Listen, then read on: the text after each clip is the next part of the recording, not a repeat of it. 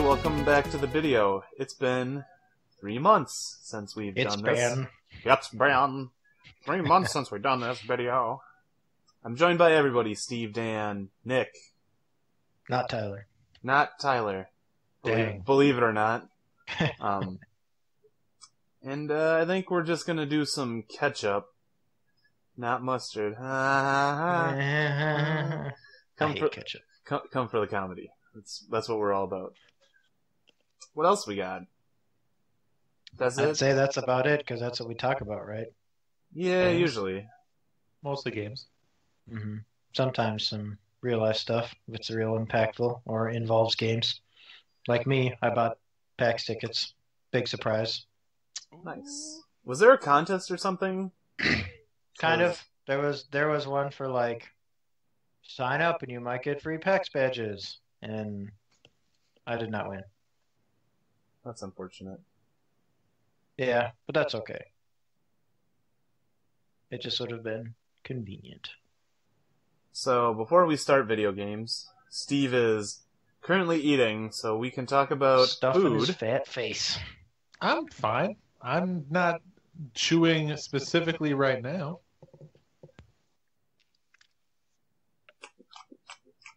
Anyway. How dare you try to trick people into thinking that I'm chewing? Dan. Have you ever had an half and half? No, shut up. You eat so you can talk about games. The food cast. Dan, have you made any more food?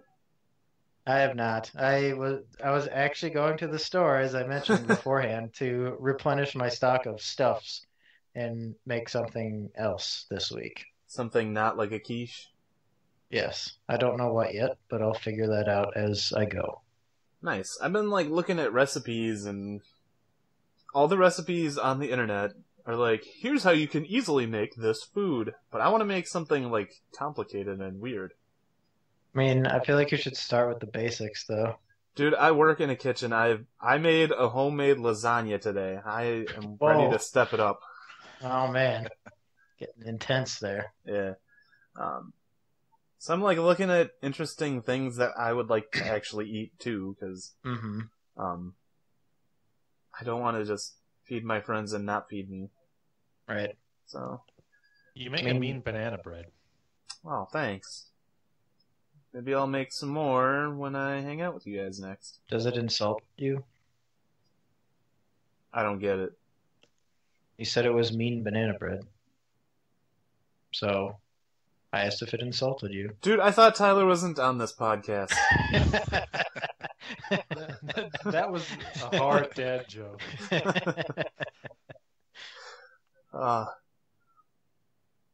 Anybody else got anything non-games going on before we begin games? My partner guy, project manager partner guy at work is leaving it. Tomorrow's his last day. So I got all of his projects on top of the ones I already have. And then I will be the new head of what he's doing too. So that kind of sucks because it means a lot of extra work for me. And I hate the program that he onboarded. So also there's no extra money in it for me either. So it's ooh. Dude, I am living a similar life. One of the cooks went on vacation to Las Vegas, and so I have to start cooking while they're gone, but I also have to do my main job with no pay. Or not extra pay. Yeah, I get paid. Don't worry about it. That sounds about right. Nick, you got anything going on in your life? Starting Saturday, I'm taking a vacation finally after 6 months. Nice. It's just a week. And then at the end of my vacation, I'm getting LASIK. Getting rid of the glasses. Whoa! Ooh. Yeah, I gotta call in and get my appointment scheduled for that. It's gonna be good. Is that what everybody's doing? Everyone's getting their eyes fixed? Why does everyone want LASIK all of a sudden? Did Shaquille O'Neal get LASIK? I've wanted it for a while. I wanted to pay off my car first, and then I wanted to save up a bunch of money again, which I have done now. So, And I'm just gonna blow through my HSA. So I mean, I could do that, but I don't want to do that. it would make sense to maybe use part of it for your eyes. I mean, I just don't know how it gets covered. Like, by your certain insurances might not cover it, just because they might see it as cosmetic and not like work related shit If like it's, that. if it's an HSA, then it should be fine. Yeah, It's just so- a bank account. Your insurance won't cover it, chances are, but you can use HSA funds to pay for it. I suppose, but I think that would drain my entire HSA account right now. So Yeah. I'd rather use it for actual medical emergency, I guess. Yeah, like mine will be a little over three grand, I think, for both eyes. You go into Whiting Clinic. I am. Free advertising. Yeah, that's where I was planning on going to, actually. Yeah, my brother-in-law, he that's where he got his done, and they are like more expensive, but you get free lifetime touch-ups, which is sounds like a good deal. So That's neat. Steve, And you got I had- anything in your life? No, shut up. We're done. no, Steve's turn. No, go ahead, Nick. My friend Nick is getting LASIK soon, and I really hope it goes well for him. Who's the oldest guy with LASIK? Like, what's the first LASIK surgery that was ever done? Who knows? But I know that my mom got it done like 5-6 years ago, and she's fine.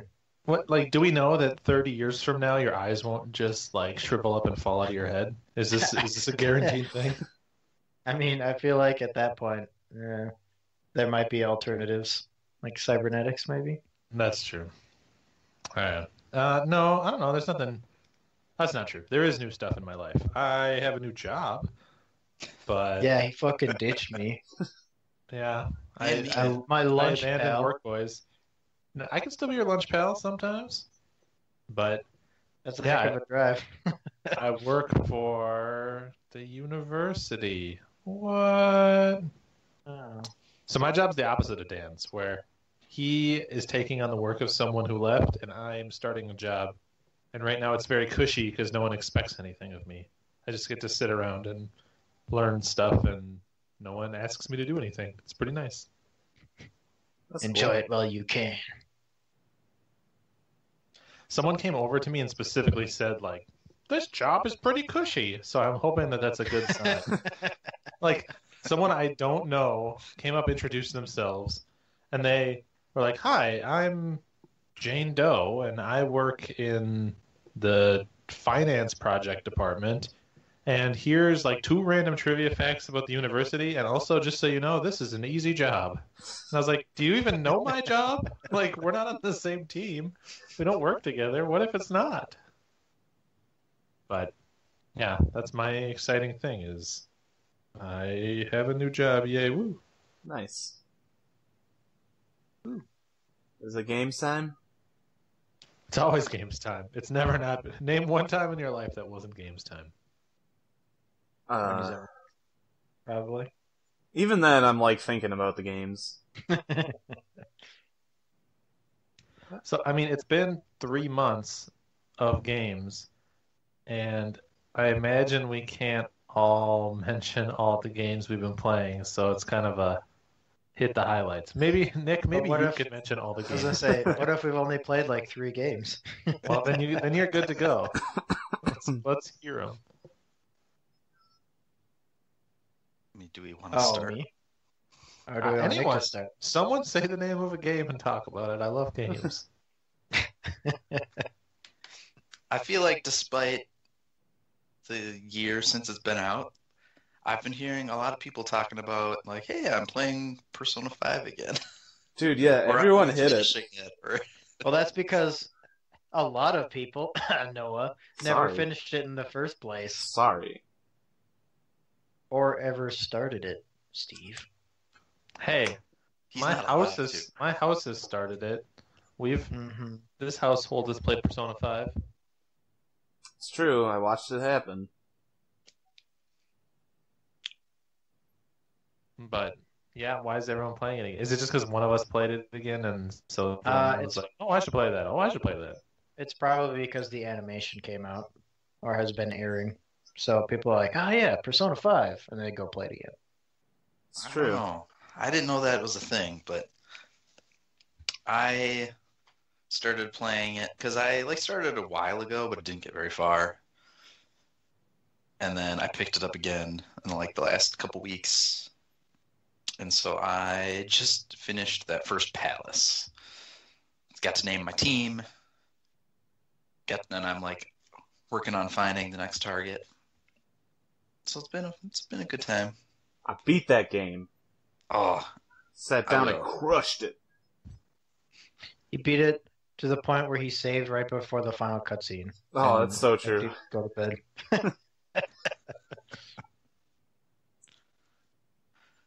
but I know like Leah played some more, right, Steve, recently? Yep, I think she got through the second dungeon. You almost caught up to her already there, Nick. Yeah. And our friend Joe Wade, I think he beat it as well, maybe? Not sure.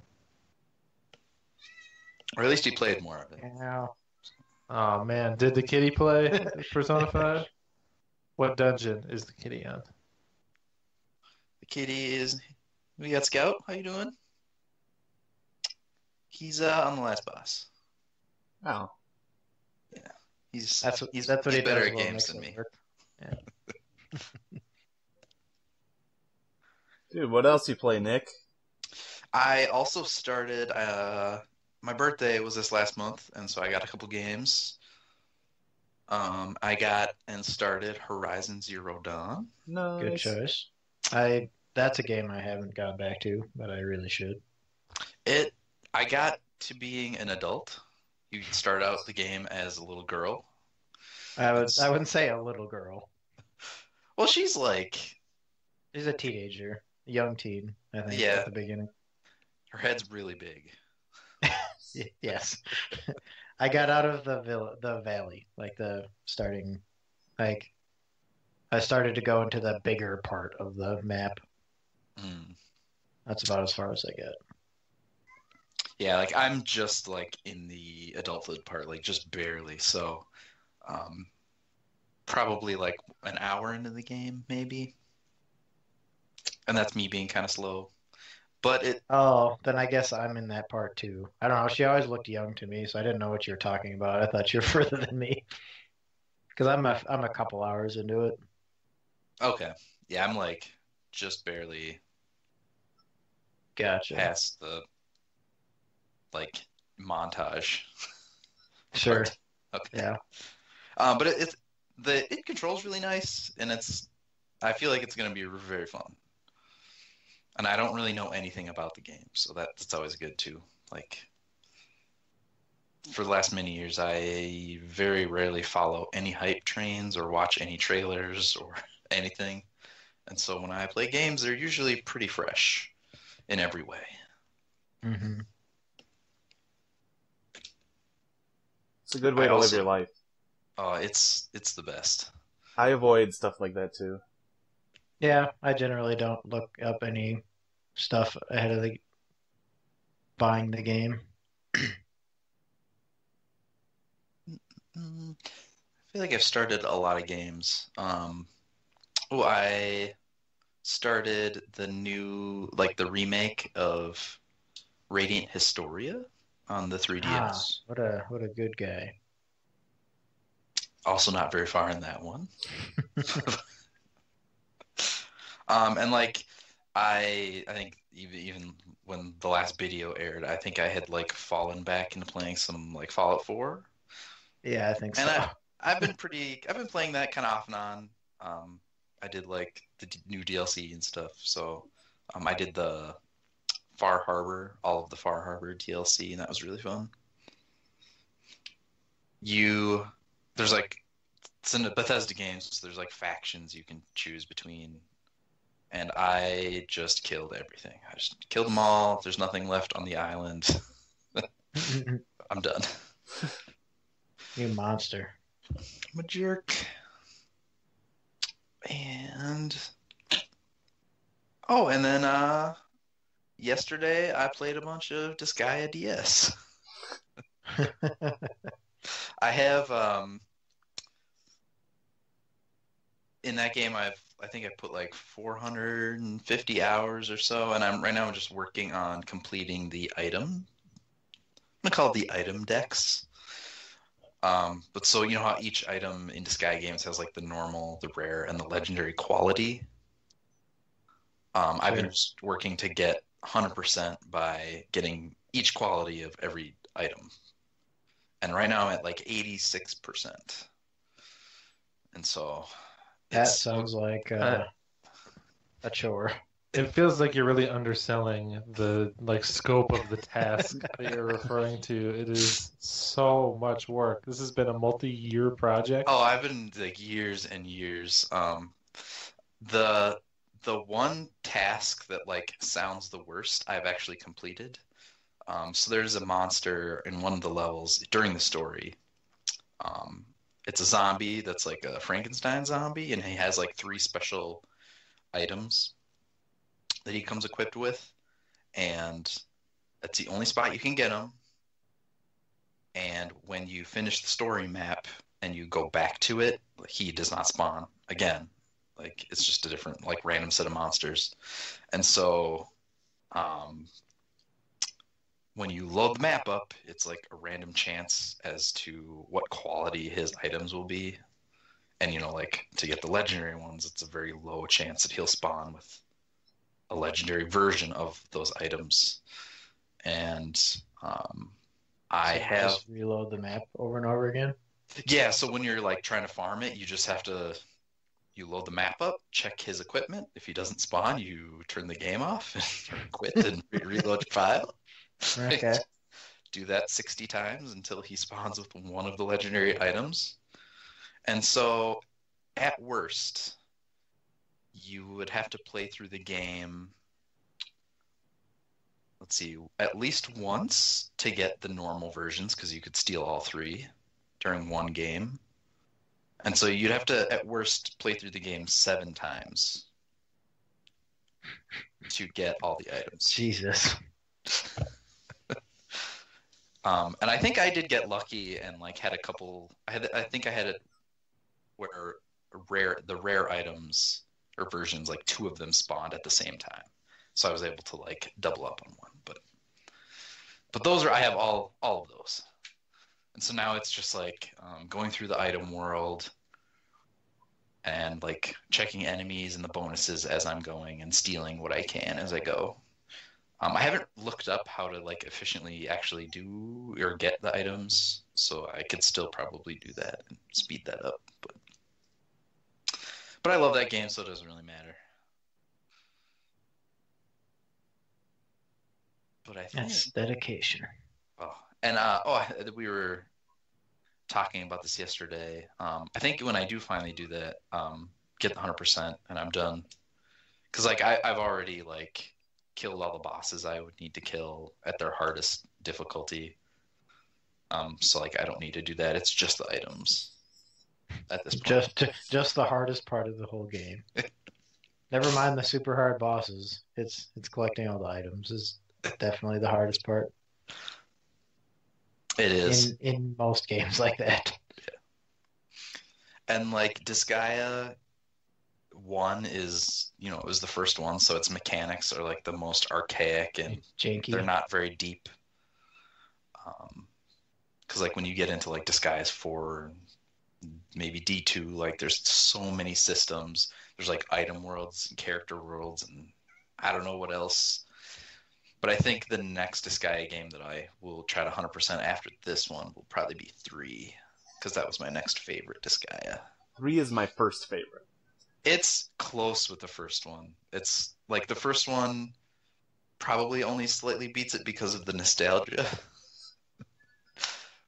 But 3 was amazing. Because I haven't played any of them. No. The only tactics games I've really played are Fire Emblem, honestly, and Pokemon Conquest. You should get they're remastering Disgaea on the Switch and PS4. Yeah, I saw that on the Nissa site, but I was like, not not right now. I mean, there's a new Fire Emblem coming up, so gotta wait for that one.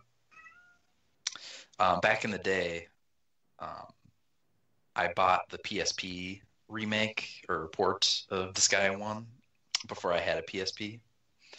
And so I'm thinking I might do the same thing with the Switch, where I'll buy that before I have my Switch. That wouldn't be the first time. I bought Persona 5 or Persona 4 before I had a Vita, like long before I had a Vita. I think it was like 3 or 4 months before I actually went and bought one. But I bought the game, so I'd have the like gold edition right away. Of Persona 4. Yeah, the Vita, like Yeah. fancy box version with the case and everything for it. I was just talking to Steve yesterday that because I don't have a Vita, but I was saying if he runs across a cheap one, I'm sure we could easily find one. gladly take it. Because there's like even if there's like a few games, it'll be worth it to have. Yeah, and it's super easy to hack now anyway. So you could put anything on it. I haven't done that to mine yet, but I know you can do that pretty easily. Yeah. I think that's. Oh no, I forgot 2 games that I was playing. So I actually beat one game. Whoa. At Steve's house, I played through Uncharted, the first one, and I beat that. And I started playing Uncharted 2 right away after that. And so I think I'm most of the way through that, and those games are amazing. Super fun. I had the first one at one point in time. Played it, beat it, and I ended up selling it or trading it in because it was a bonus on a trade-in. Yeah, they're not like super hard, but like the writing is good and it's just kind of cheeky. Mm-hmm. And like they're also not like it's not like the platforming is too challenging, but it just flows so well that it feels real nice. Just like the Prince of Persia reboot on the 360, like the game was not hard at all, but just very fun to play. Oh, sure. But I think that's it. That's all my games for now. That's a small amount of games for 3 It is. months. Well, it is Nick we're talking about. He plays the smallest amount of games.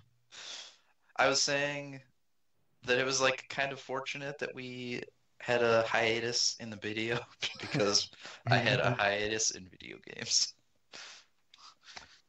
Terrible. Who wants to go next? It's the question of the day. I'll go. I played some games in my life. It's just going to be hard to remember all of them because there are so many. I beat Persona 5. Great game. Whoa! 10 out of 10 video game. But we already talked about that. I bought and started, and I'm pretty far through Pokemon Ultra Moon. Oh yeah, I was gonna pick that back up because you were playing it. I think it's the worst and the best Pokemon game. Explain. So like, it's really interesting how they brought back some of your favorites in like different forms, and it's super cool. And they got rid of HMs. You get like a Pokegear, and you can call like Tauros to ride or Charizard to fly with. So you don't have to. Still exist as TMs. Do they? I haven't even seen them. Some of them do. Oh, cool. Like I think Whirlpool does, and Waterfall maybe. Oh, I had no idea. And it's a lot of cool stuff like that. But then you get a cutscene like every 2 minutes, and the cutscene lasts for like 4 minutes. Yeah, I would agree with that. It took brutal. It was rough. It's so obnoxious. That's the primary reason that I don't like the new new Pokemon games nearly as much as the old ones. This one is real bad. I don't remember who I texted. It might have been Pat. I was asking what Jake thought of the new Pokemon, and he said he really liked it. I'm like, man, they stop you on every road to tell you the same thing, and it just gets so annoying. That's like usually when I pick up a Pokemon game, I just play it for 3 days and then I beat it. But like, I've had this for a month now. It's like a full-blown RPG. Yeah, I don't like it. With a kind of, pretty weak story. It's not the best. But it has Toucannon, which is definitely one of my favorite Pokemon from the generation. I have not caught it, or He evolves bird. he's the basic bird, like from this game. The Like Picky the Peck. bird, yeah, Picky Peck becomes Toucannon. Now, what is the difference between Sun and Ultra Sun? Um, Because I've heard that they're I mean, not a sequel necessarily. it's like black and white and Black and White 2. Like they're essentially the same game, but with some extra elements added in throughout. Like there's the little bit that I've played, there's these like alien people that kind of act like robots that wander around, and you run into them every once in a while. But I don't know what they're for because I didn't get far enough into it. I think I only got to like the second island before I got distracted with something else. But I know that at the end, somewhere, you can go fight all of the old like gang bosses, like Giovanni. Like there's Team Rainbow Rocket and Giovanni, Interesting. and like all the major baddies from all the previous games are floating around in it somewhere. And is that only in Ultra Sun and Ultra Moon? Correct. They were not in regular at all. I played regular Moon. Gosh, because I only own regular Sun. I never did pick up either of the Ultras. Right.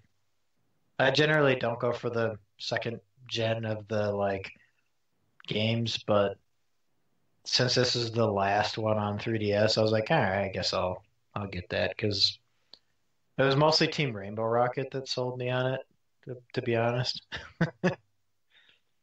I just never played Sun or Moon. I was like, well, I may as well pick up the Ultra version of them. Oh yeah, if you've never played them, then yes, definitely play the Ultra version. God. Oh man, I picked up Yakuza 0. Good segue from Pokemon. Definitely. I played that for quite a bit, and I stopped, and I don't remember why. I mean, you get to collect girl cards. It's kind of like Pokemon, right? Close, yes. And I will say my favorite part of that game is telephone dating. It's pretty good. Yeah, I don't know. I kind of don't want to get really into that one because I really want to make a video about it and That's fair. upload You can that. just say you've been playing it. You haven't finished it yet. Yeah, I've been playing it, but haven't finished it yet. There you go. Are you gonna upload like an impressions video or a review, or what are you thinking? Kind of just like a montage of what the game is and maybe my opinions. I don't know. As long as it's just a bunch of Mr. Libido clips, that's all that matters. Dude, there were plenty, and then the file it saves some of the videos that they don't edit well in the video editor I was using, so I had to like scrap everything. Bummer. Yeah, so I'm gonna have to. I think maybe that's what made me stop. Did you go and learn how to play Mahjong just so you could do better at the game? That's what Dave did. I don't know what that means. Like, I know there's Mahjong, So- but how does that make you better at the game? Better at Mahjong. Oh, in general. Like I thought about it. Dave platinumed, not Zero, but one of the other ones. Kiwami? And it might have, no, it wasn't Kiwami. I think maybe it was Zero. But all I remember is hearing the like I'd be out in the living room and he's in his room playing, and I could just hear the noises of the tiles going clack, clack, clack, and then somebody would say something and you'd start swearing because they would pull some bullshit move on him. It was really funny. And then he was playing a Zero or Kiwami or whatever. Maybe it was Kiwami 2. No, it was Kiwami 1 because he hadn't finished it yet. And he was playing that again. I'm like, oh, you gonna go platinum it again? He's like, no, I just want to play this. I put enough time in to figure out how to play it. I'm gonna play it. Yeah, okay. What I do want to say about it, though, is like, I don't know if all the other Yakuza games are like this, but it is really good at being very serious and then also being really wacky and funny, like on the side. I agree. It has From what I've mastered seen. it. Like, you're beating up Yakuza thugs, and then, like, you win a bowling tournament, and the woman gives you a chicken, and you don't want to, like, eat it or kill it, so you make it a part of your real estate team. And he's like a manager. It's super good. That sounds about right. Oh man, what else have I been playing? World of Warcraft. Yeah, I used to have been working on that. I beat the Xylem challenge. Felt really good. Proud of you. That's It's like a tough one. that's the toughest thing I've done in WoW. I don't raid or anything like that. So that was like an actual somewhat challenging thing where I used my brain. And now I look really cool, really edgy. With your daggers. They're the warglaives that are made of fire. They look super Oh, cool. you did it on your Demon Hunter? Yeah. I thought it was on your Rogue. No, my rogue isn't even 110 yet. Oh, okay. Yeah, that. I suppose. Yeah, I was thinking it was the Rogue, which meant you would have 3 DPS challenges, which I don't even know what the third one is, but the 2 that both my DK and my Warrior have are the Xylem one and the Imp Mother. And the Xylem one was kind of rough because I was still a little undergeared, but I did beat it as well, and that did feel good, finishing that fight. Mm. Like everything finally lands in place. Like I figured out that I was screwing up on a few things, like the ice cubes and some things here and there. But the Imp Mother, I just did it in one try. It wasn't a challenge at all. So I was curious how you would feel about that one. But sounds like you won't be doing that one for a while. Probably not. You can't do the Xylem challenge after BFA drops, right? No, you cannot. For the uninformed, BFA stands for Battle for Azeroth, the newest World of Warcraft expansion. And it comes out on August 15th. All you did was say like the exact same thing you were going to say, but in a different voice.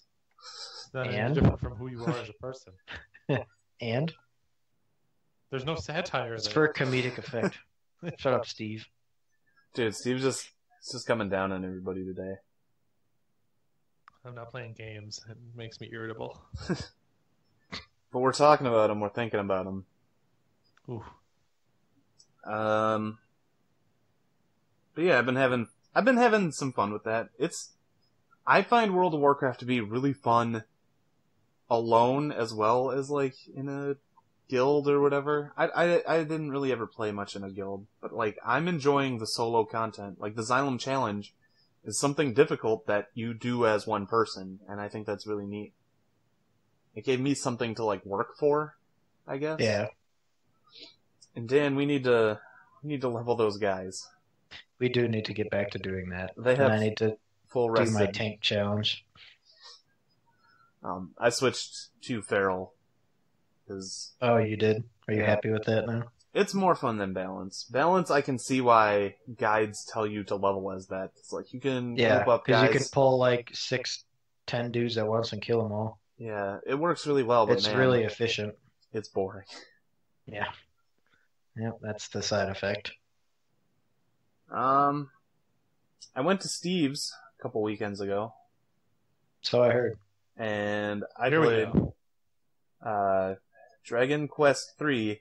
So I don't know if I talked about my SD to SNES on a released episode, but I bought it's like a cartridge where you have an SD card and you can download ROMs onto the SD card and then hook them into your Super Nintendo and play the game as if you just had a cartridge.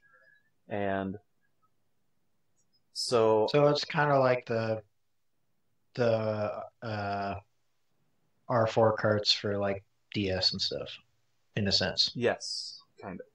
And so I don't know what was going through my mind, but for some reason I thought Dragon Quest 3 seems like a good game. And I think it might be because Dragon Quest 11 comes out this year in September, which, not to get too far off track, I'm going to be taking 2 weeks off just to sit and play video games every day for 2 weeks, non-stop. I'm excited. And all 3 of you are invited for at least 1 or 2 days of it, if you can manage to get down here. And I think I'm just going to sit and play Dragon Quest 11 unhindered, like, in the almost nude, and just play that game and eat the good food. When and have a good was that time. again? September.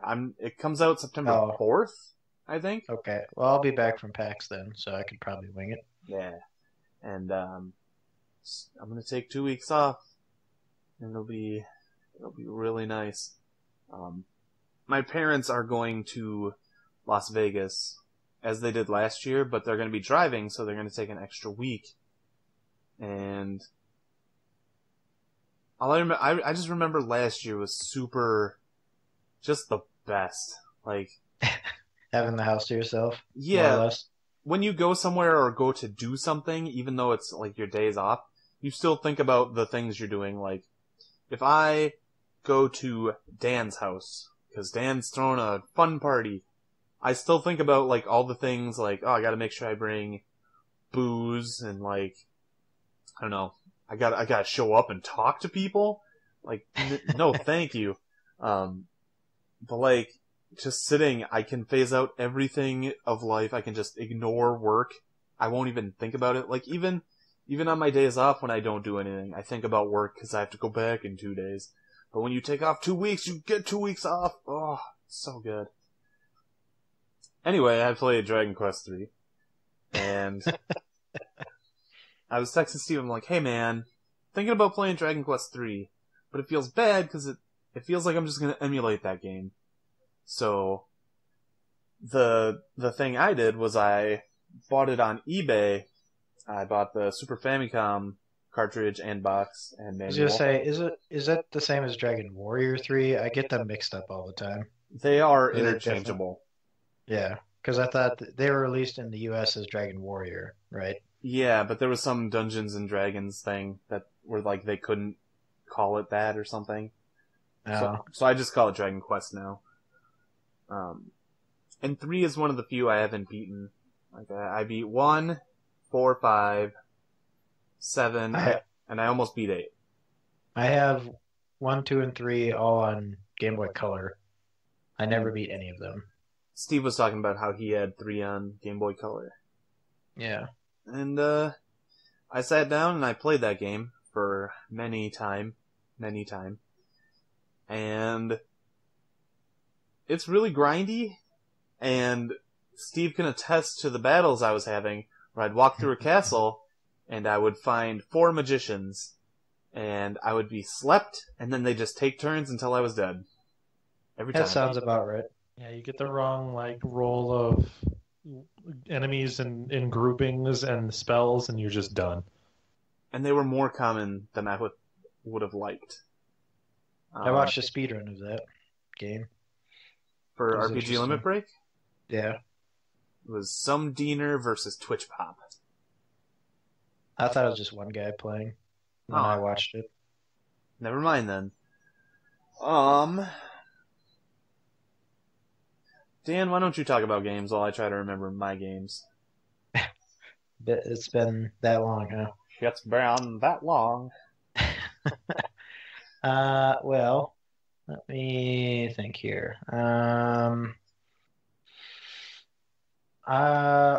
Well, the big obvious one is I played God of War. I don't think we talked about that one last time because it's been out and I beat it since I think we you're the only talked one the who's last played time. it too. Yeah, other than Dave. It's really good. I don't recommend playing it on a higher difficulty than like normal or give me a challenge or whatever they call it, because all it does is make enemies bigger damage sponges and make you more fragile. It's not that exciting. So playing it on normal, uh, I went through the whole game, um, and did almost all of the side stuff. There's one boss that I haven't beaten yet because she's kind of a jerk. Throughout the game, you start finding so these little side mini bosses, and they all kind of have a certain pattern to each of them, so you can kind of get used to it. And uh, near the end, if you've beaten all of the mini bosses, you can summon the big boss that's like the master of all of them. And that one has all of the attacks of all the other ones, and they use them super randomly. And they have a high health pool, so it's very stressful. The most I've gotten is about halfway through it before I got killed. Um, and I haven't gone back to do that yet. But overall, the story was really good. It definitely is not your typical, what you'd think of like PS2 era God of War game. It's a lot slower paced than that. You have to be a little more deliberate with your attacks because monsters can chain stun you and stuff if you're not careful. I've definitely had a few deaths where um, I got hit and then I hit again and I got hit again and I just died. There wasn't really much I could do to stop it because I was being too reckless. Um, but the game takes place in uh, like around a lake, basically, and you go to some of the. It's all like Norse mythology. So you're at the Lake of the Nine, and there's the gates to the different realms, and you go to Alfheim and Jotunheim and yada yada, all the different areas. And of course, being a God of War game, you go to Hell at least once. I Did you think go to twice. Helheim? Yep, you go to Helheim. You ganked. That's the first thing that popped into my mind when I was like, "Yep, we're going to Helheim." I'm like, "Oh no." Okay, small little aside. I had been trying for 4 days to get through that little quest chain, and I Yeah. kept getting ganked, and it was a problem. Yeah, it is a rough one.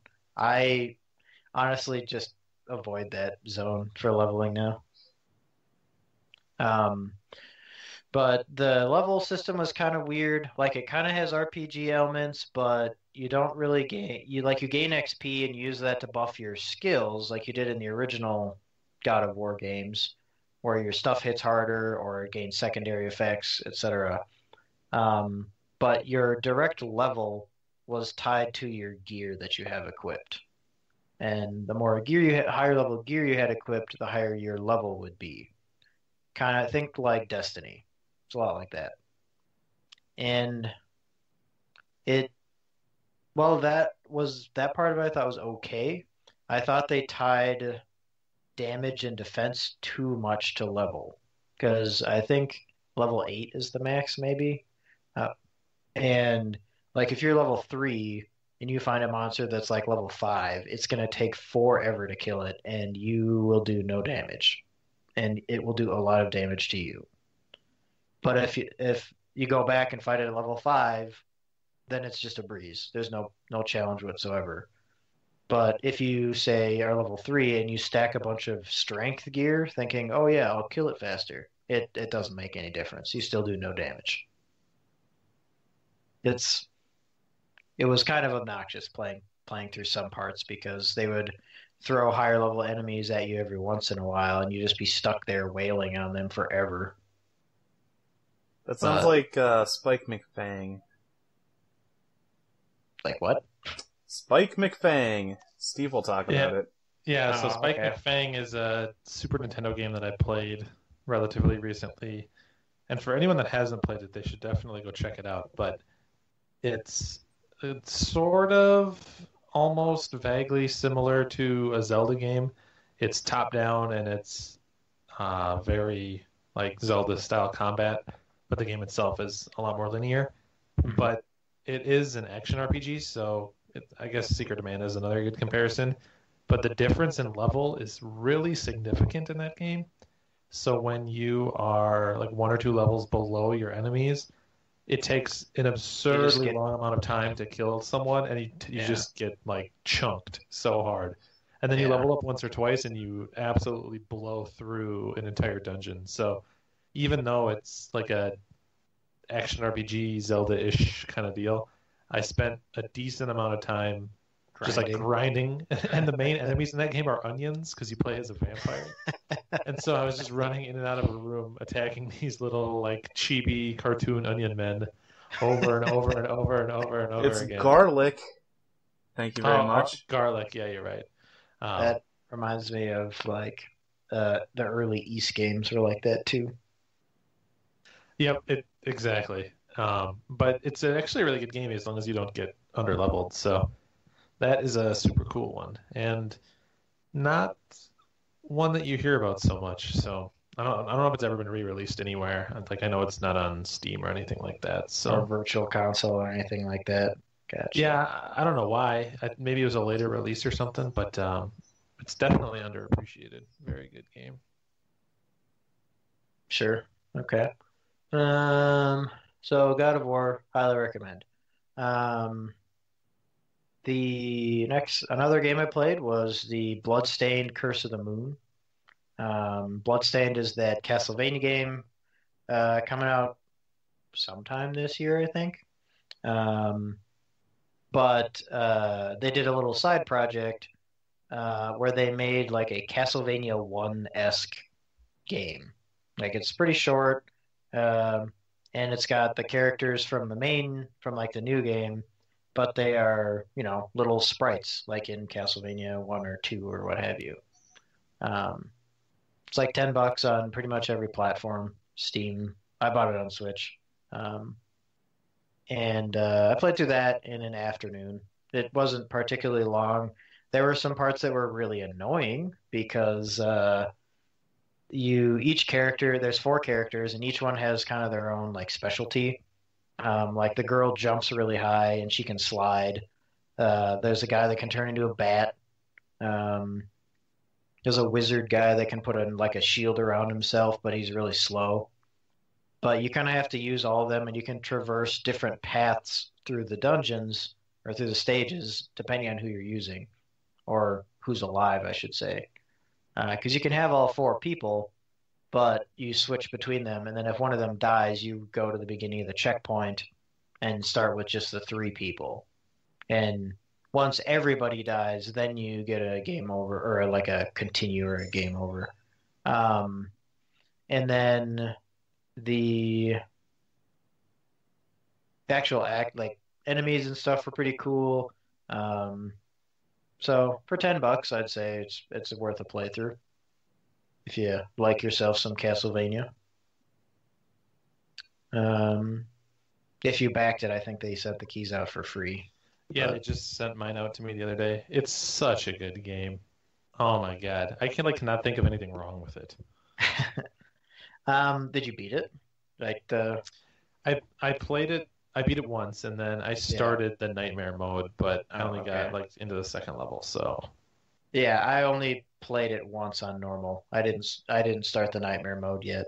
But how about that last stage though? I was not a huge fan of that one. Like the last stage or the last boss? The last stage. The boss was fine. I liked the boss, but the stage was like, eesh. I don't know. I didn't mind it so much. What was annoying you about it?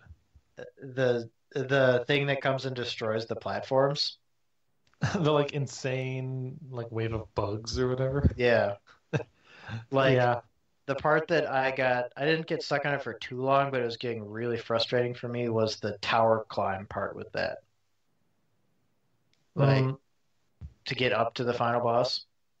maybe I just got kind of lucky and didn't end up getting stuck on it because there was not really any parts of that that I was like really Well, stuck on for a while. it felt like as I was running through, like climbing up, it was going faster than me. Like I couldn't get up quick enough. And there was more than one time where it hit me and I fell all the way down to the platform at the bottom and I didn't die, but there's nothing I could do. I had to die to reset everything. So that was a little obnoxious. I could see that. Um, Also, I was like, oh, I can see platforms on the side that are higher up, so I could use the girl to, jump higher, right? So I did that, and I jumped up those side platforms, but it didn't feel like I made any time over just running the normal way because it still caught up to me just as quickly. I guess you got the harder copy of the game. Maybe you should have downloaded the easy version. Maybe. Were you, did you play on veteran or casual? On my first playthrough, I played on veteran. On my nightmare playthrough, I put it to casual. Yeah, Which you is can change it when you restart when you hit continue, but yeah. yeah. I was gonna try. I assumed that playing through on nightmare would not unlock or playing through on veteran, blah, blah, that not playing Casual. on veteran would Yeah. not unlock everything. But it specifically says when you choose It doesn't casual, like matter. this won't change anything. So I was like, I'll play the second time through a little bit less strict and like not get annoyed by knockback Yeah, and just knockback to was see what the alternate routes look like. yeah, I that was the thing too, is like I was like, how am I gonna get back to some of these places? I never come back here. So I assumed the continue on higher difficulty would have all the characters. Yeah, you start with, I don't know, spoil anything, but yeah, you start with characters that you didn't have before, and like immediately in like the first area of the first level, There's you like a already can slide, access like like a paths and dash. stuff. Like Yeah. yeah, either gaps or like really high platforms or something that you couldn't get to before, so you can take alternate paths. So Right. I assume most levels will have that. So at least the first half of your second playthrough will probably mostly be new stuff. Yeah. And then you can like optimize the run after that. Yep, exactly. It wouldn't. I mean, it's a short game, so it wouldn't take you long to get through a second playthrough. I wonder Yeah. what the third mode is. Super nightmare. Ultimate Gamer. Did you like that Koji Igarashi has a little cameo in one of the paintings? Oh yeah, he does, doesn't he? He's got like his little cowboy hat on or whatever in one of the mini bosses that you fight. He's a cheeky developer. Um, let's see here. What else? Recently there was like a sale on Steam for I think it was Double Fine Games, or no, it was Devolver Digital. So I bought Enter the Gungeon, Ruiner, and Rise and Shine.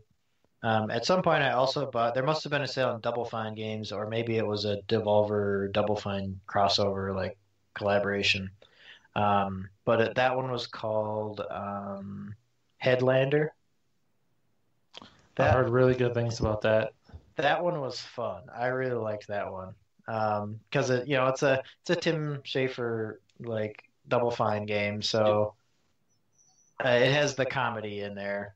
Um, I platinumed it because it was pretty easy, but it's a fun, easygoing uh, just Metroid-ish platforming game. You can't jump, but you can detach your head and fly around to other robots and rip their heads off to then land on said other robot body and use it. And there are certain puzzles throughout where it has the door system like Metroid does, where you have to be in a certain color body to get through certain doors.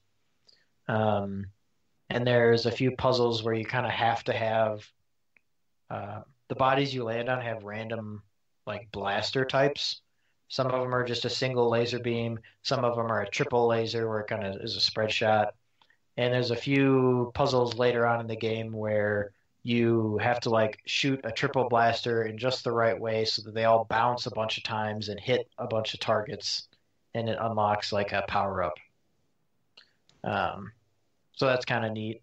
And just figuring out like what happened to everything. Why is everybody robots? You know? And um, there's a section where you have to it's like a big battle royale thing is happening, and there are a bunch of chess robots, like horses, like knights, pawns, bishops, etc.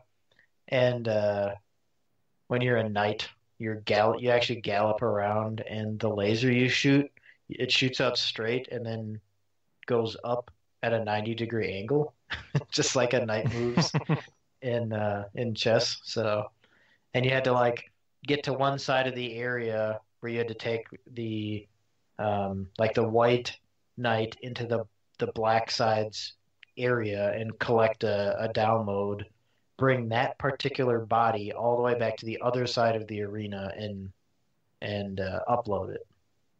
And that's how you kind of got through that section. So that one was pretty fun. I like that area. And there are some little things here and there that are references to this and that. But pretty good game. I recommend picking that one up if you got a couple bucks and you see it on sale. Enter the Gungeon, I haven't gotten super far in because it's, roguelike bullet hell game. So you can only proceed really far if you're kind of lucky and get really good spawns and stuff. Ruiner is another it's a top-down isometric like shooter game. The controls are a little wonky, so I was having some trouble with that until I got used to it. But I like the kind of theme of it where it's like a future area, and I didn't get super far, so I didn't get a ton of the details. But you start off as a guy, and this dude's telling you, all right, go kill the master. And you go through and you work your way through. And as you go through, eventually you get knocked out and you wake up and somebody else is like, hey, that guy hacked your brain and was controlling you. But I helped you, so help me out. And then you kind of go from there. But kind of an interesting base to start off from. Yeah, that's cool. And then Rise and Shine is another side-scrolling bullet hell game where you're a kid and you live on video game world and everything's going sour for everything, and the hero comes in and gives you the gun. Well, the hero's Link, basically, and then he dies right away. Oh. And you're like, oh no, the hero's dead. And then you have to get to the king's castle, and the king will tell you what to do. But you get there, this is like the end of the very first level, so it's not really spoilery, but the king is Mario. What a surprise. But he's dead too. And then there's like these big bad guy grunts that come in and you have to, shoot your way through everything. And there's constant references in like the background as you're kind of running through and seeing things from pretty much any game you can think of from that kind of era. Floating around, or like a sign for a shop and stuff like that. A lot of references. Let's see what else. Oh yeah, I bought Battle Chasers for Switch. If you're looking for a classic turn-based RPG, that's a pretty good one. Music's really good. It's based on some comic from like 1998, I think. And I got through it on normal, and then you can immediately start over on hard, and it carries over all your like points and stuff. So you can have like your special power-ups right away, but your level is reset because the level caps out at 30, and that's another game where like the level makes a big difference on how much damage you do or take. Mhm. So if you get under-leveled, you're hurting real bad. But not a whole lot to say about that one, just because it's kind of story-driven, so it's hard to say much about it. But the the characters are pretty cool, although I didn't deviate too much from like the initial party of 3 that you get. Because the one girl acts as she's the only tank you have, and you kind of need her for that role. And then there's 2 healers and there's 2 pure DPSers, I would say. And then there's a couple people that kind of hybrid and can do both. So the next playthrough, I'll probably try using different characters because I think it said you start with your full party right away from the beginning instead of having to wait for them to rejoin.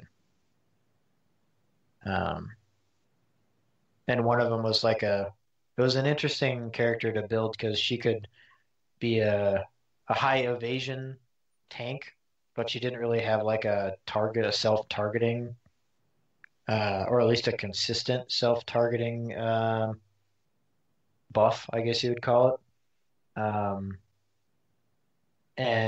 But she could also build for really, really high crit, and that's how I built her. And she just would. There were a couple bosses near the end of the game where I just one-rounded the whole boss. He didn't get to do anything. I just killed him right away. Disgusting. Yeah.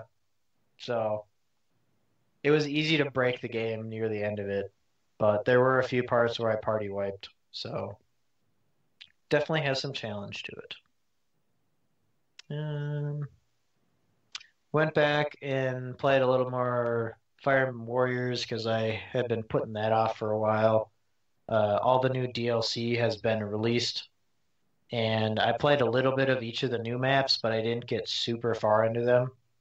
So I started just hammering away at clearing all the maps. Because they added, since the last time I had played it, they had added 6 more characters. 3 from Shadow Dragon, Minerva, Lind, and Navarre. And then 3 from Awakening, Tharja, Owain, and Olivia. And the Shadow Dragon one was a little disappointing because those characters, 2 of the 3 characters had well, no, I guess you can even kind of count them as all having cloned movesets. So it was a little boring. Like, Navarre had the exact same moveset as Lynn, and Minerva had the exact same moveset as Camilla. So I was like, well, I guess I'll just build up the same character again. And Lind has different magic effects, but is more or less just another caster. And then the Awakening ones, Tharj is just another caster, but Owain is a completely different sword user. And then same with Olivia. They both use swords, but their movesets are completely different, and they're both really fun. So those are pretty fun. I just needed to. They each have every character has their own preferable weapon now, or like personal weapon. But I haven't gotten all of them because they're locked behind special maps on the new maps. So still fun game to just go back to every once in a while and plow through a couple maps. I think that's everything. I've been meaning. I'm probably gonna go back and play Persona 5 soon, but Octopath Traveler comes out soon, and I'm pumped for. Oh, does it? Anything. When's that come out? July 10th, I think. Ooh, that's sooner than I realized, and I am quite pleased about that. Yeah, let me check the delivery date on the Amazon order. I'm pretty sure it's like second week in July or something. That's right, kitty.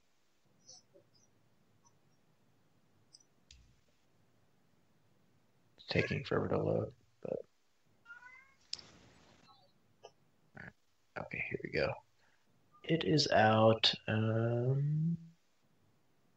Yeah, Friday, July 13th is when my order will be delivered. That's gonna be so good. Um, oh yeah, the Valkyrie Chronicles 4 Battle Edition was posted on Amazon a little while ago. Comes with a tank. A full-size tank. Yeah, dude. Just drop it off at your door. Dang, I don't know where to park it in the winter. Yeah, those winter parking rules. Mm-hmm. Mm, Just put it in your backyard. It'll be fine. that's true. I'll probably just end up getting the regular edition. I almost never get special editions anymore. I don't have the space for them. Yeah, it depends on what it is. This one, I was like, I like Valkyrie Chronicles enough. I'll get Yeah. this one. You'll have to make an annex for your game room so that you can buy special editions again. I know, or figure something out. At this point, I usually only buy a special edition if it has like something more than a steelbook or a soundtrack. It has to have like a figure or a plush or something Oh fun yeah, the to tank display. is like a statue. Oh, damn. All right, maybe. It's let's see. There's a description in there somewhere of what it was, but I can't find it right now. But it's like, I guess it's like a tank. It's not a character, so that's how I'll justify it in my head. That's a vehicle. I don't need a military vehicle statue. I'll wait till Figma of the character comes out or something like that. You don't buy Figmas. I know. I have a couple figures, not a ton.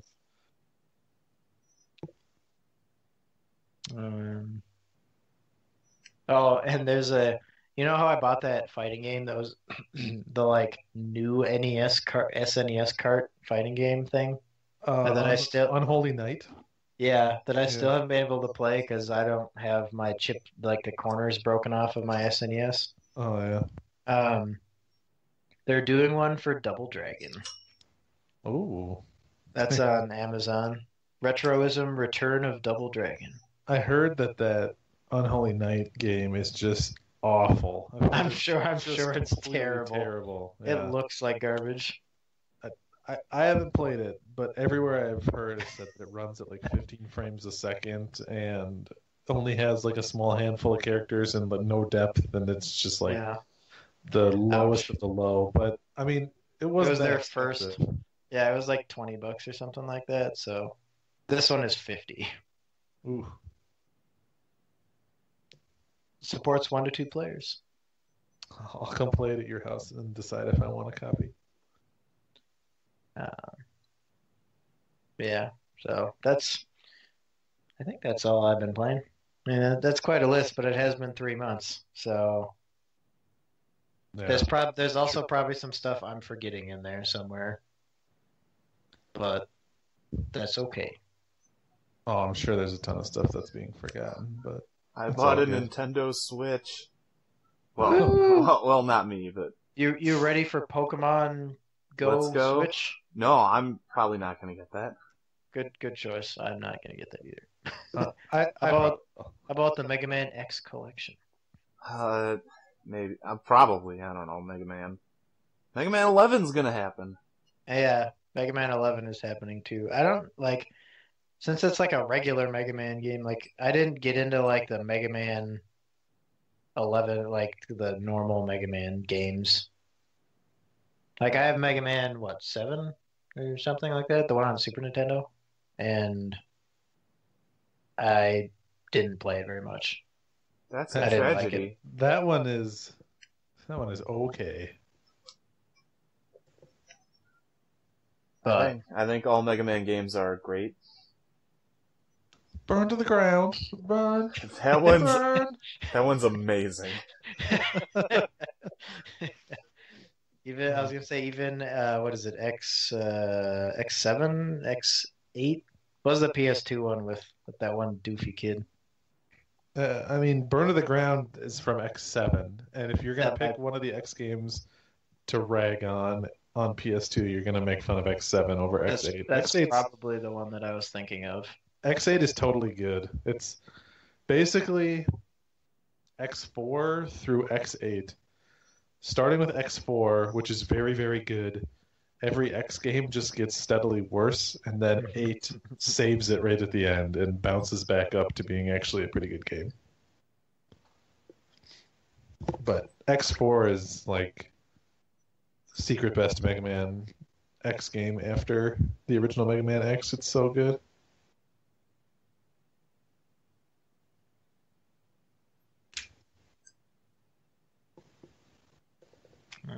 No, did you have anything else that you played then? Did you think of anything?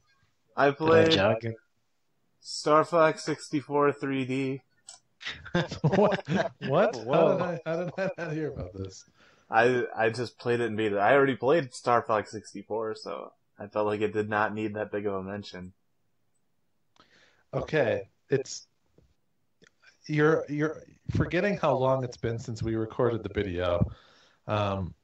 It's like also a peek behind the curtain too, is that we actually recorded one between the last one and this one a couple months ago, I think, and it didn't get posted because there were issues with the audio or something like that. So you've already also talked about games that no one is aware of. For example, we have had 2 gamer weekends since the last time we recorded this podcast. Really? Both of those occurred. I don't last- believe you. Our last podcast was posted February 10th, I think. Yep, February 10th. Oh. And we beat Yoshi's Woolly World on March 18th. So you played Yoshi's Woolly World, thoughts? This is a pretty good game. If he definitely games it.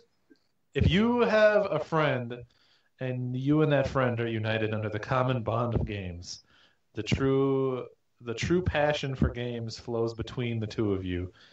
Yoshi's Woolly World is a fun video game. Very good co-op game. And also very cute. But yeah, we had 2 gamer weekends. So the earlier of the 2 was spent. That one was mostly focused around co-op games, which is not always necessarily super common for gamer weekends, right? So I think that first night we played. Well, you played something. I don't remember what it was, but I played through Paranormal Activity in PlayStation VR. Oh my God, dude, that was so scary. This is the first horror game I've played in VR, and admittedly, it's not actually like that scary or that good of a horror game, but it was the first one I've ever played. Ask Leah how scary it was. It was terrifying. Oh, so like I was like quivering and like legitimately afraid to go around corners sometimes in this game. Like I would sit in a room where I knew there wouldn't be enemies because I was comforted by the fact that there wasn't going to be anything scary happening if I didn't move. But yeah, I like constantly was screaming at the TV and constantly upset. And then Leah, my girlfriend behind me, would shriek even more than I would, or be like, "Oh God!" So I would not be afraid, and then she would make me afraid by screaming. And so it was just like this horrible echo chamber of everyone getting more and more freaked out. While Noah sat there and like played a Super Nintendo game that was cheery and fun. Oh no, you were finishing Rogue Galaxy. I did. I finished it. A PS2 RPG that seemed very good. But yeah, so that's what we did Friday. And then I think all of Saturday was spent co-oping Yoshi's Woolly World, which was incredible. And actually, we started the night before, but we finished it Saturday. And then we also played through Star Fox Zero together, which is not good co-op. Star Fox Zero is weird. There's a couple levels in Star Fox Zero. You're like, oh my God, this is the amazing new Star Fox game I always wanted. And then a bunch of the other levels are like kind of sad garbage, and it's just so bad co-op. I don't even remember exactly how it worked, but it was like you controlled the ship, and I on the touchpad or on the gamepad was like moving it around to control the aiming. Is that how it worked? You were the main guns, I think, and you had to like aim while I flew, but I also had a gun, so it felt like you were almost nothing. Yeah, like it was. You'd give your 4-year-old child the gamepad to be like, "Help Dad out," and then they would spin it around and go pew pew pew while you actually play through the game. You don't need that other person there at all. But yeah, that was a fun gamer weekend because it got to be a flurry of co-op fun. And then 2 months passes, and oh, we're having another gamer weekend. What's happening here? And now this is one where you just play Dragon Warrior 3 the whole time, which is totally fine by me because I got to be a dealer and I got to be powerful until eventually Nick was powerful. Dude, Nick also died a lot. It was not I'm good. so sorry. You didn't die as much as Leah. But yeah, that gamer weekend I was playing some Super Nintendo and Genesis games, and that was when I played Twisted Tales of Spike McFang, which turned out to be a lot shorter of a game than I anticipated. I assumed because it was an RPG it would be like 15 hours, but it was really more like 5 or 6. So I just kind of started playing through a bunch of really cool action RPG or action platform games. So I played through Kendo Rage on the Super Nintendo, which is incredible. If anyone has never played Kendo Rage, go play Kendo Rage or at least look up videos. It's basically like a Valis game, but I think I liked it maybe a little bit more than the Valis game that I played. I definitely liked it more than the Valis game that I played now that I think about it. Because I also played Super Valis 4, both of which you play as like a Sailor Moon-ish looking girl or like a Valkyrie looking girl, and you run around and you slash enemies with your sword and try to beat up demons and stuff. But Kendo Rage is a lot cartoonier, and Super Valis is a little bit more serious. It's still very anime, though. They're both very anime. Yeah, both of those were fun and cool. And then I played Beyond Oasis, which is like I think this is a game that a lot of people love and is a pretty popular role-playing game back on the Genesis. But has anyone here ever had the chance to play it? Dan, I figured maybe you had at some point. I don't know. Which game? Beyond Oasis? Nope. Dang. Well, I know Nick hasn't played it. Yeah, so this is another action RPG. You play as Prince Ali, and he looks like Aladdin. And you basically, like your island, your town, and your kingdom starts getting attacked by monsters, and you don't know why when you're the prince. So the king sets you out on a quest to figure out what's going on. And you, right at the beginning of the game, discovered when you were like looting for treasure, even though you're a prince, you're out like plundering for treasure like a thief. You discover this golden gauntlet that lets you control spirits. And so you end up getting like spirit buddies, pretty similar actually to like ones you'd see in Secret of Mana, except they have like gameplay mechanics too. So you get the first one, you get a water sprite that lets you heal yourself and also put out fires, so then you can get to new areas and stuff like that. But man, this game is really good. The combat plays like an old beat 'em up, like Streets of Rage or something like that, and it's just really well done. Like it's a super well made role playing game, and it holds up really well. So that was really fun. I didn't actually have a chance to beat it on Gamer Weekend, but I did finish it the following day, and it was also probably like 6 hours. But yeah, I'm pretty sure that it's on most of those like Sega compilations, including that new one that just came out, like the Genesis collection. So if you ever pick up one of those, Beyond Oasis, super worth it. It'd be worth the price alone to buy that compilation just to play through this. I don't know. Anything else you did? Is there anything else you did on that Gamer Weekend that I'm forgetting? No, you played a little bit of Mario 3. A little bit of Mario 3, a little bit of Mario 2, but you forgot that you played a Sonic game. Oh, yes, I did forget about that one. That's what I was playing right away. So I beat a game There's two games we forgot about, Noah. Um, I beat a game called Socket, which is like a Genesis Sonic clone, which is what it sounds like. It's like one of the cloniest clones I've seen in a long time. Look up a video of it, and like if you wear glasses, take them off, and you won't know you're watching a video of a non-Sonic game. You'll have no idea. Um, but like the main difference is that rather than have rings that shoot out of you when you get hit by an enemy, you have like electric power that's constantly draining. So what would be the rings in a level are electricity that you're collecting in order to power up your guys so that like, basically the timer doesn't run out. It was pretty good. I enjoyed that. And then Noah, I feel about the game Warlock. Oh, I think it was the best decision we made that weekend. So we were trying to decide on a game. We're sitting in the game room, as we often do. We're kind of like pulling out a couple different options on what I could play next, talking through them, stuff like that. You went to the And bathroom. I go to the bathroom, and Noah nonchalantly walks out as I'm finishing, and he's like, "Yeah, I pulled out a couple of games. Why don't you go ahead and pick one?" And they're all like good games that would be fun to play. A couple like RPGs. I think you pick like Willow on the original NES, stuff like that.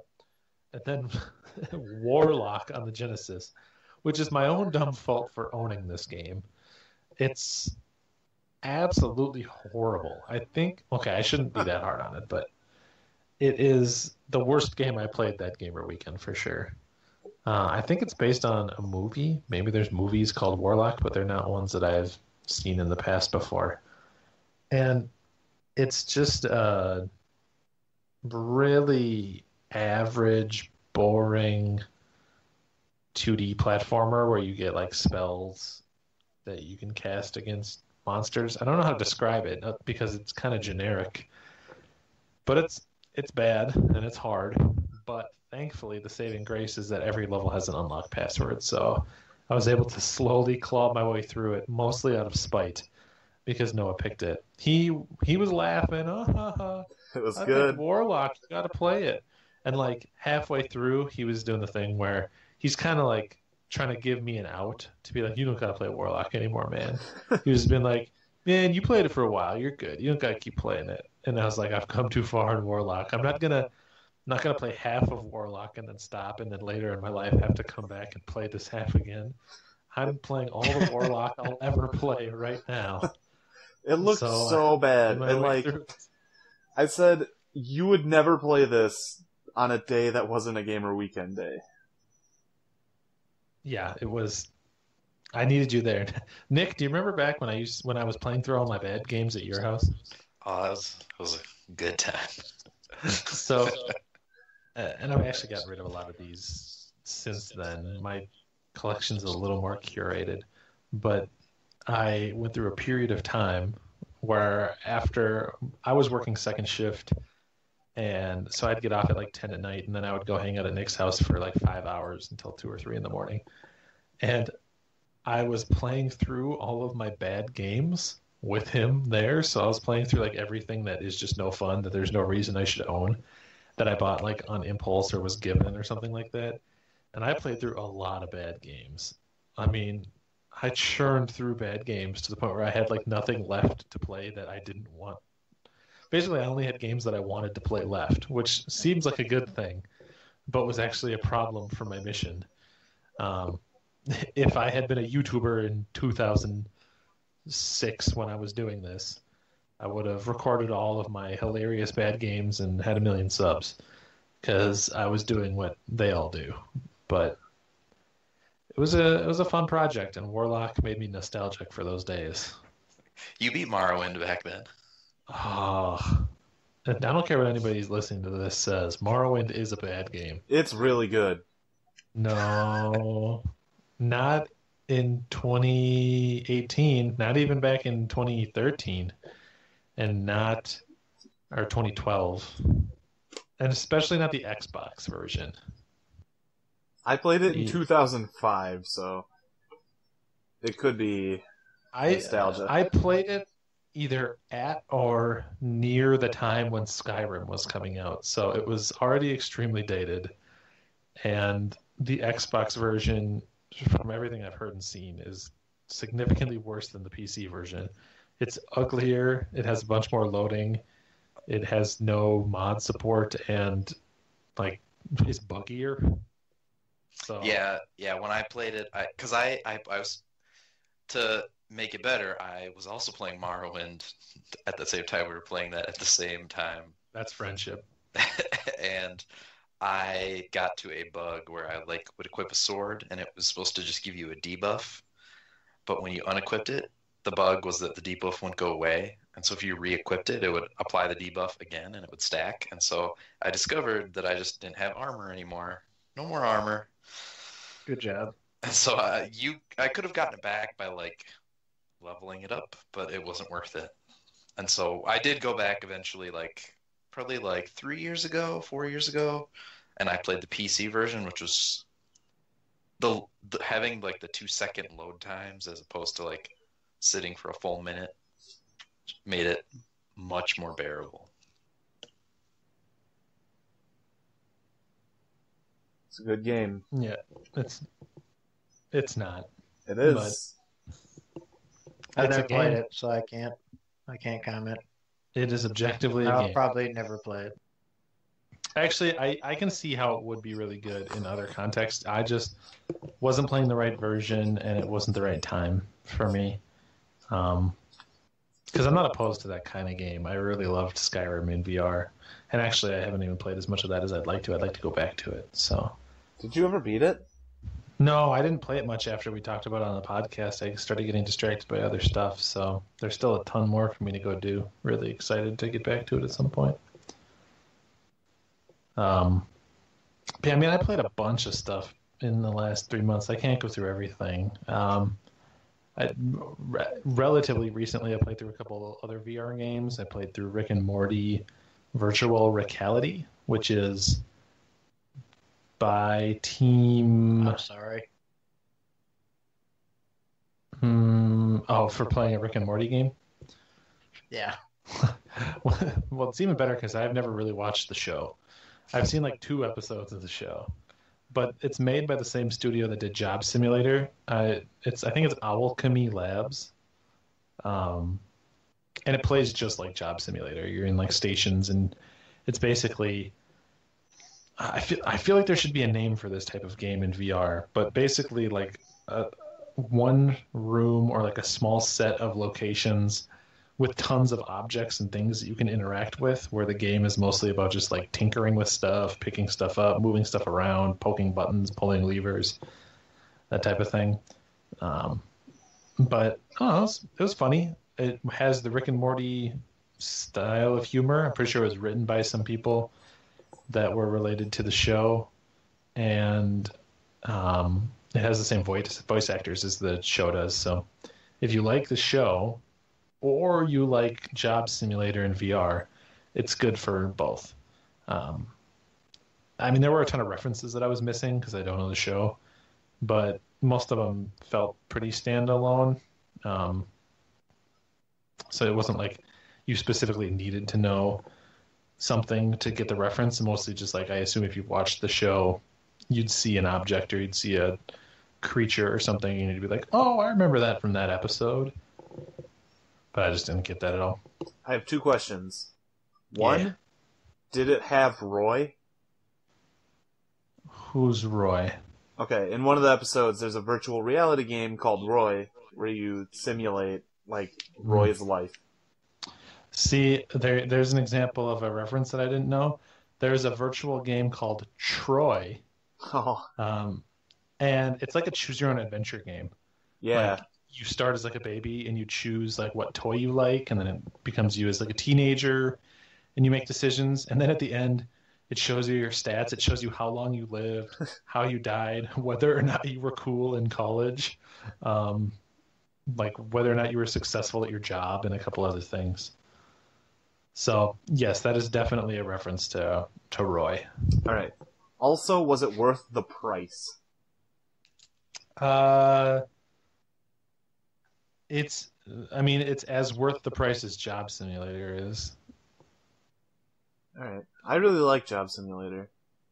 Yeah, if you really like Job Simulator, you'll really like the Rick and Morty game, especially if you also like Rick and Morty. So it was worth the price for me. I enjoyed it. It kind of has that same problem that every PlayStation VR game has, where it's kind of like none of them feel worth the price because they're all really short. So you kind of have to accept that. I mean, not. I don't want to make a statement about like game length is equivalent to how many dollars you should spend, but most VR games feel like short, kind of like snippets of a whole, or like a mini experience that you end up paying full price for because they need to get their money back. Um, but yeah, it's the same type of thing. It's very polished. Dude, And is Moss out? I mean, Moss is out, I think, digitally. I have a copy pre-ordered that is supposed to come, I think, in the next couple weeks. I'm really excited for Moss. Well, I'm looking at the store and it says buy now, and I was like, dude, that's the game I want to buy now. Mm-hmm. I think it's an episodic game that I didn't realize that. No. I know, but I don't know. I have a physical copy coming in the mail, so I'll play that when it gets here. Gonna be good. Hey man, VR's dope. VR's where it's at. Put my life in VR. Oh, I also played The American Dream in VR. Noah, have you played that? No. Okay, have you seen anything about it? No. So, I mean, you're on a cart, and it's just a bunch of shooting galleries. So the idea is that you are going through, kind of like Troy, I guess.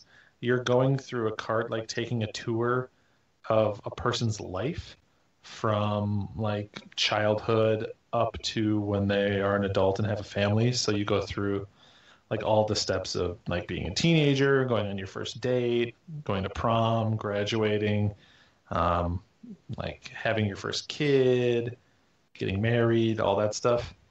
And it's set in the 1950s, but it's a parody of the 1950s where everything is done with guns. Like America is, I mean, it's a satire on how much Americans like guns, but it's literally everything is done with guns. Like you clean your room by shooting all of the dirty clothes and toys to put them away. Your mobile when you're a kid is a bunch of guns. When you play catch with your dad in the backyard, he throws footballs and you shoot them out of the air back at him. And he talks about how proud he is to like have a son who's such a good marksman and how you're going to make a great husband someday because you're so good with your gun. People eat with guns by sticking their gun into food and then putting the food in their mouth. So it's like super overblown and silly and just like a world that is entirely guns. And then it, like, without giving anything away, it kind of takes a turn and it gets interesting towards the end of your life or of this adventure. So, I can't say much more other than it's a little heavy-handed in how obvious the satire is. Like they're making a statement about guns and Americans' love for guns, but it's still worth checking out. And it's made by an Australian studio. It's not made by anyone in the U.S. So it is like satire as done from an outside perspective. Yeah, and then games. Oh, man, I just got invited to the Battle for Azeroth beta. Oh, nice. Dun, dun, dun. Yeah, I got that email too. Oh, that reminds me, in Pokemon Go, I got invited to a Mewtwo raid. I can go get my Mewtwo. Whoa. Better That's get on that. That's exciting. Remember Tyler ditched us to go do that one time. Honestly, I think that I won't be able to get off of work to go do it. So it's Leah's summer break. So I think that my plan is for her to come pick up my phone from my work and then go do You're gonna the make raid. her drive that much for that? She was very excited at the idea. Wow. And yeah, man, I gotta get my Mewtwo. I don't know. You seem to be implying that this isn't a big deal. Like, maybe you don't understand how exclusive these raids are. All right, buddy? Maybe I don't. I'm looking at this Disgaea 1 complete Rosen Queen's Finest Edition on the Nissa site, and it comes with a cube PrE plush.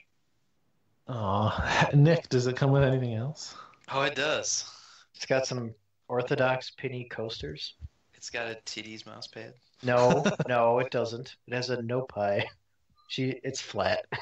That's why it's funny. I know. Is it Etna? Yeah, it's Etna. Yeah. And an enamel pin set and like a poster and some other stuff. Yeah, that's definitely pretty cool. Nick, you have that pre-ordered, right? I don't. I should do it though. There's 26 to 50% left.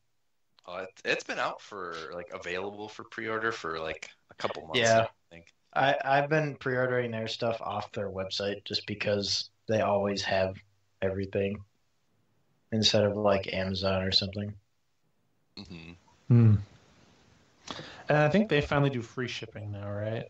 On orders 75 or more. Okay, yeah, and this one would be, so. Yeah. Man, do you remember back when Disgaea was just like this one weird strategy RPG that came out on the PS2, and you were like, man, how cool is that? Like, think about the era where Disgaea and Katamari Damacy are both coming out as just these one-off, weird, quirky games. Yeah. And then now they're all series that have like 8 entries and have been re-released a bunch of times. And you're like, oh, another Disgaea game? All right.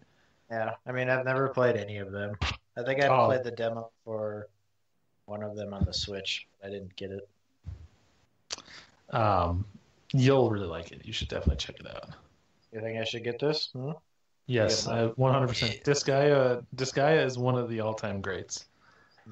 I remember we were going through a game store long time ago, and Steve, you pointed out that they had Disgaea in box. I can get it on Switch. And you were like, you gotta get this. This is one of the best games. And then I played it, and then I played all of them except for 5. Because it's a good game. It's a good series. Yep. I've also played all of them except for 5. And I'll definitely get around to it. I haven't played D2. And I'll definitely get around to it, ideally. I've kind of almost had my fill of Disgaea. Like, they've released a lot of Disgaea games. And they're all games that you kind of can pour hundreds of hours into. They've re-released a lot of Disgaea games. Yep. Yep, very true. So they basically released a series of Disgaea games.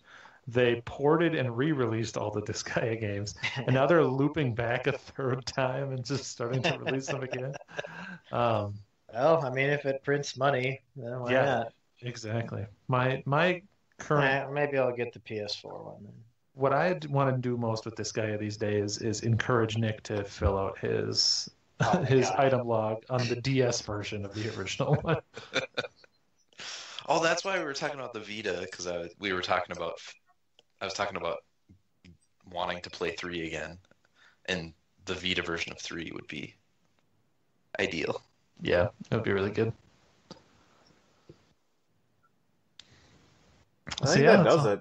That's all the games. Anything else you guys get exciting wise? Anything you're looking forward to in E3? Nothing at E3, no.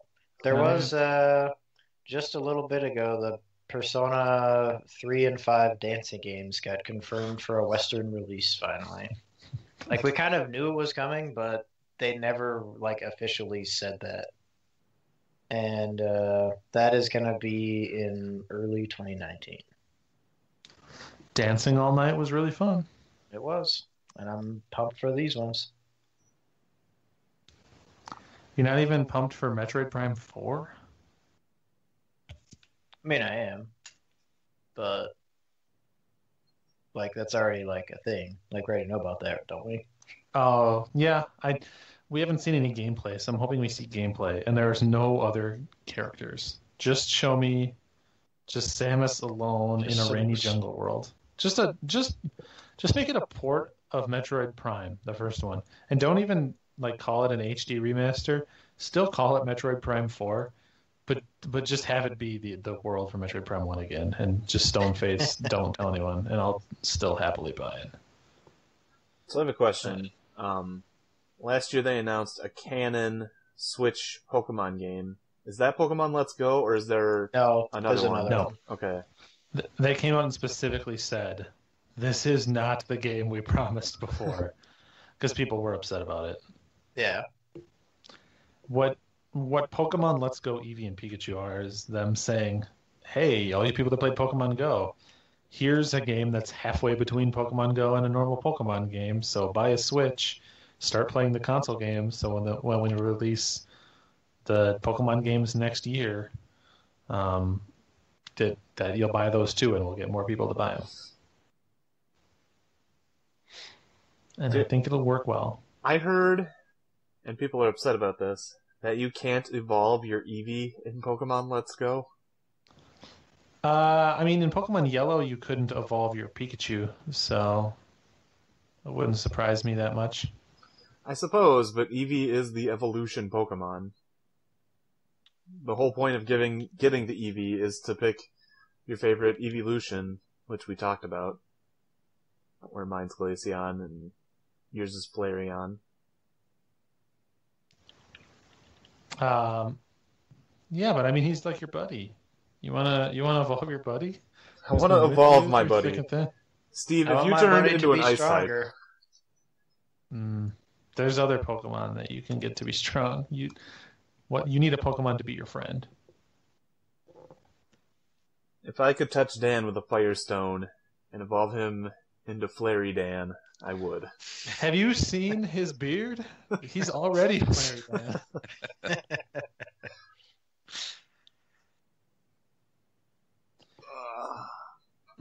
Yeah, you don't know what you don't know in E3, but I think mostly I'm looking forward to Metroid Prime 4 and knowing more about the Smash Brothers. The Smash Brothers? Yeah, Smash Brothers. I'm looking forward to anything about the new Fire Emblem game for Switch, because there has been no information on that whatsoever. Maybe some info on Shin Megami Tensei for Switch. Wasn't that would be Tensei 5 gonna come out? That'd be cool. Yeah. Dream Big, Tokyo Mirage Sessions 2, Dan?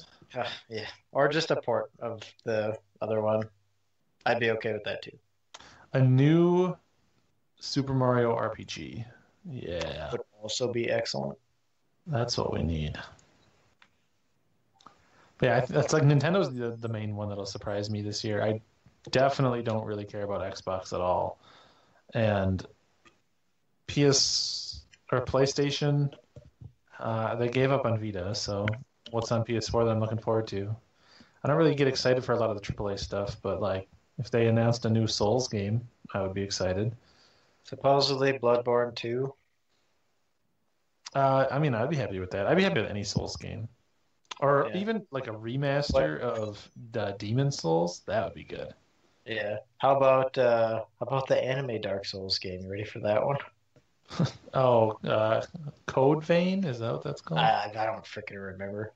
Something like that. Dracula, like vampire anime girls. There's a couple other like Souls clones that came out that I haven't played. What was that? Code Vein. Yeah, you're right. Lords of the Fallen came out and was a Souls clone. I heard that sucked. I think wasn't there a sci-fi one that was called like The Surge? Not sure about that one. Yeah, I think. But then again, like every game is kind of a Souls clone in the same way that every multiplayer game the Dark is Souls. kind of a Fortnite clone at this point. Ugh. God, I'm so sick of those Battle Royale games. Dude, Dark Souls Battle Royale E3. It's the Dark Souls of Battle Royale. Oh yeah, I know they announced that the new Fallout game, and people were afraid that was just going to be.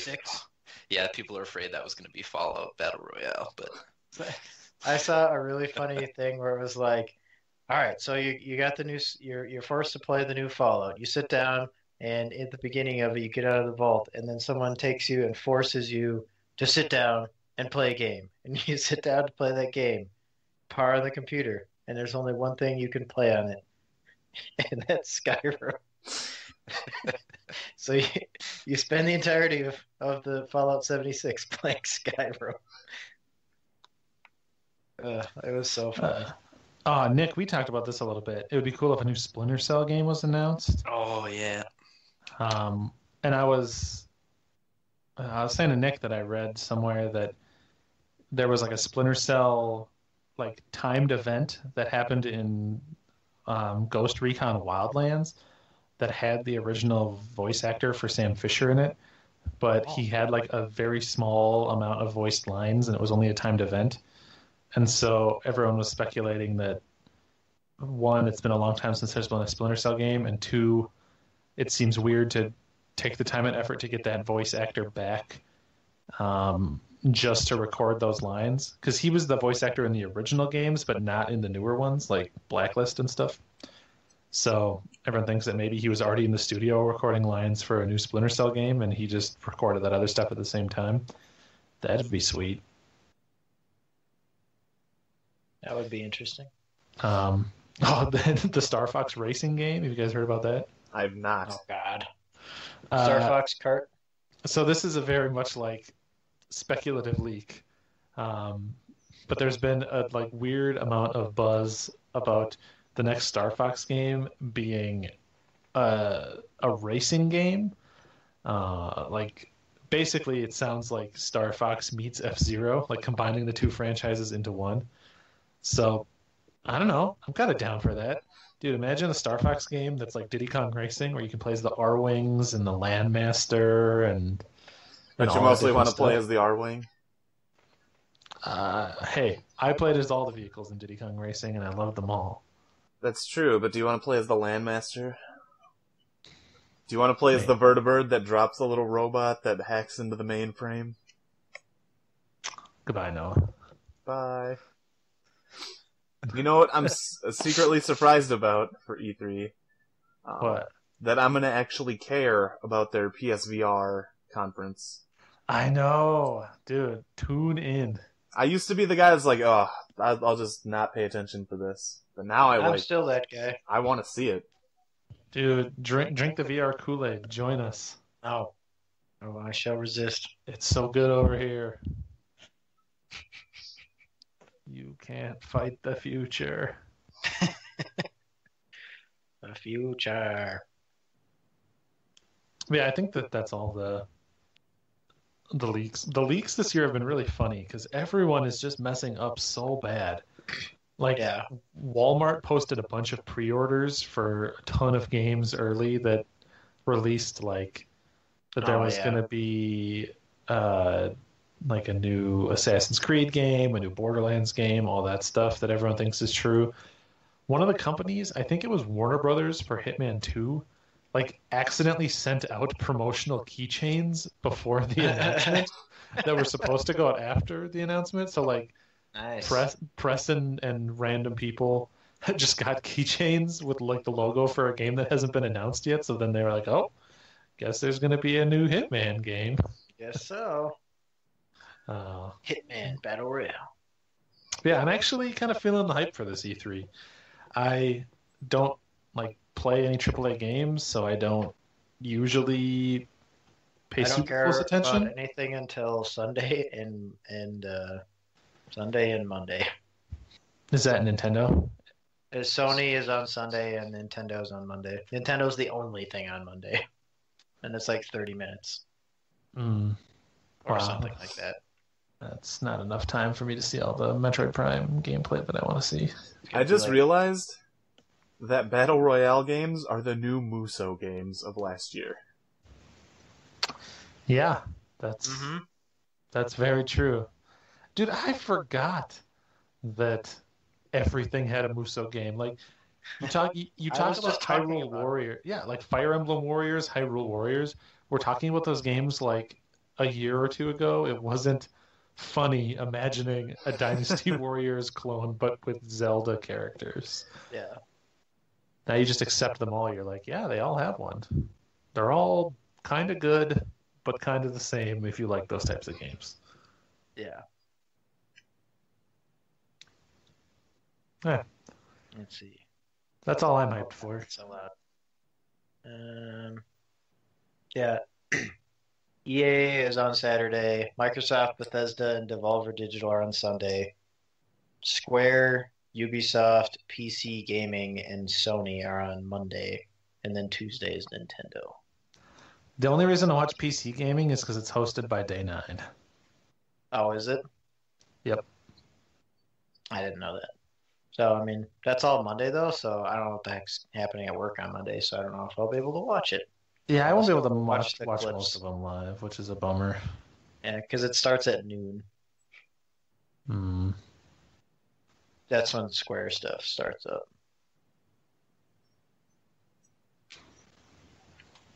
Yeah, it'll be exciting to see. I'm sure the next time we record, which hopefully won't Another be 3 3 months. months from now, It shouldn't be.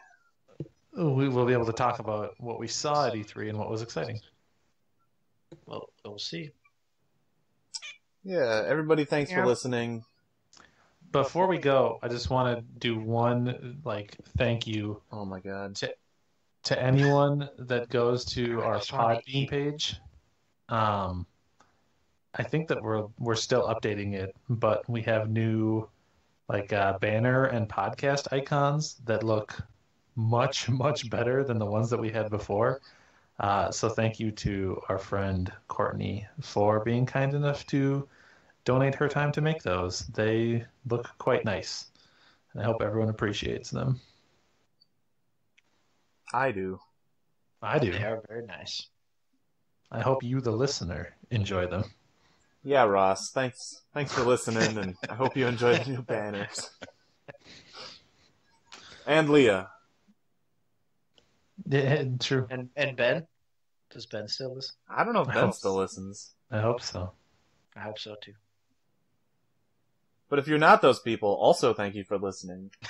Yeah. A special thank you. Sorry that we always talk as if you don't exist.